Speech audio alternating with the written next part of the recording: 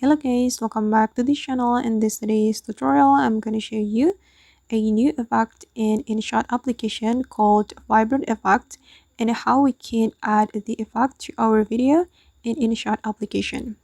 Alright guys, here I have opened my InShot application, and first of all, I'm going to open my project that I have just created in my InShot application. So this is my project. I'm going to open it. Okay, and if we want to add the vibrate effect to our video, we can click on this folder option, click on this folder and click on effect, and here you can choose vibrate effect. Okay, and here you can select what kind of vibrate effect that you want to apply to your video, and I'm gonna go with this one. Then we can adjust the effect like this.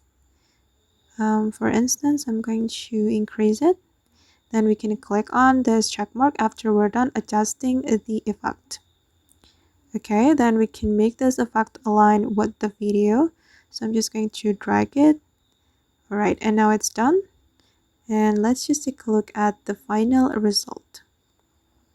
Okay, and this is the result, guys. This is the flash vibrate effect. Alright guys, and that's how we can add a vibrate effect to our video in InShot application. I hope this tutorial will be useful for you.